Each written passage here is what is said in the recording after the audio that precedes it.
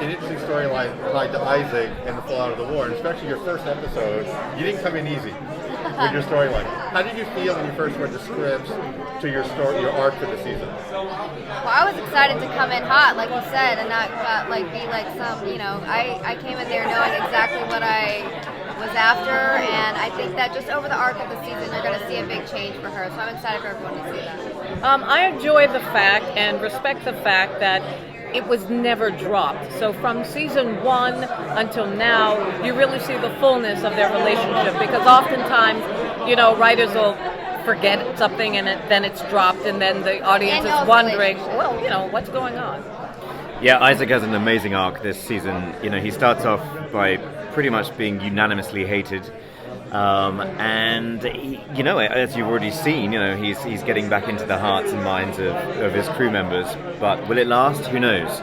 It ends in a particularly interesting way, I think. It's an honor to play.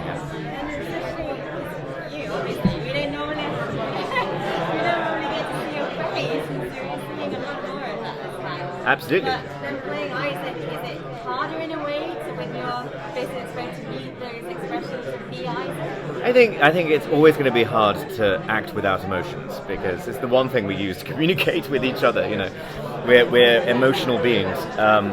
So it's a wonderful challenge, though, and to be able to get him to play with emotions as well when he gets his emotion ship in episode 7. It was great fun, really fun.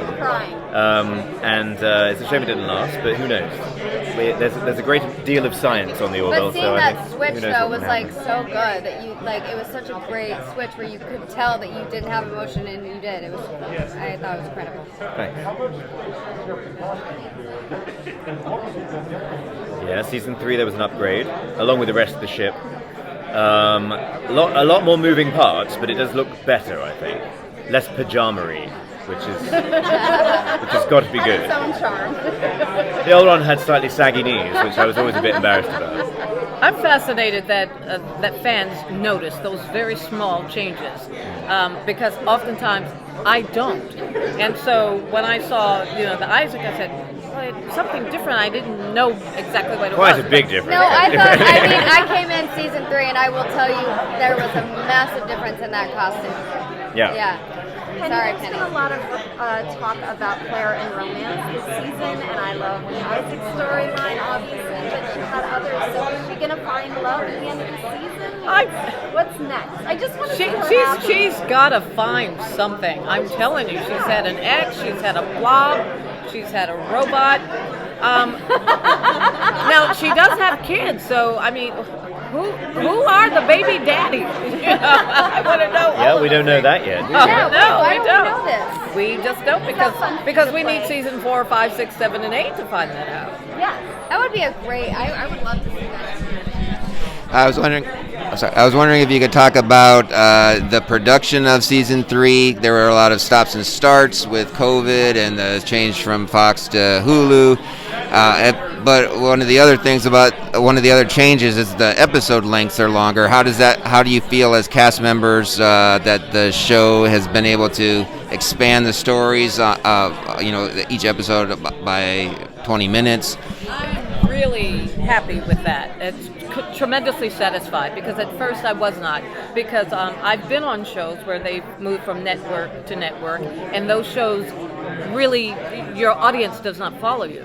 And so with this show, we have an audience that's following us, and with Hulu, it affords us to really tell stories, to tell them in their finest ways, and to begin conversations with people where they're still talking about it, more so than with a regular episodic television. I go, oh, did you see that last night? Oh, yeah. But with this, it's like, no, did you see it? And this is when. And so we are delivering movies to you. So I am extremely happy about that, and I can say I was so wrong to be upset about moving. This is truly a home and a good place to be. And seeing like a green screen come to life every single week. I mean, every episode is fun for us to watch too, because we didn't really know the world that we're looking at. We're just like, each one, like, we'll see what happens. So it's fun for us to see like the reveal of the world that we were living in for like the years. I'm a big fan this year. I mean, more so than I were. And we were the first ones to come back after the pandemic. Yeah. And that was scary. I'm not I going to think lie. the first thing we did was we was the dance. rehearsed. We rehearsed we the rehearsed dance. the dance. Yeah.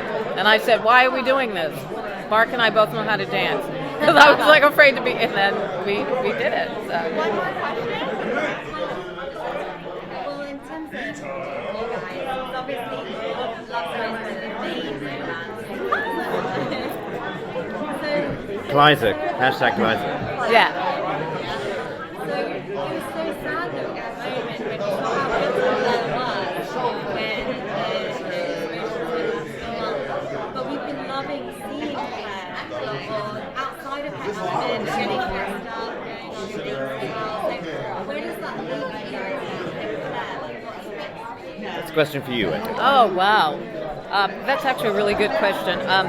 First of all, as Claire and the excitement of her being able to dress up in all is so important because we're showing a woman. And we're showing a woman who is a single parent. We're showing a woman who is of age, who can still find love. And she falls in love with a real spirit. So, she's falling in love not with what he looks like in the simulator. She's falling in love with what he represents, which is true. I said to someone the other day, to me, Isaac is godlike. He cannot lie. And so at this point in her life, in her career, truth is so important. So I am so happy. What do I look forward to? I look forward to just the truth. And I think that you're going to get the truth by the end of the season. What's really there. Whether you like it or not. Yes. And more red hot dresses for Claire. Yes. Oh my God, I own that dress. I'm going to be auctioning that dress for the best charity out there.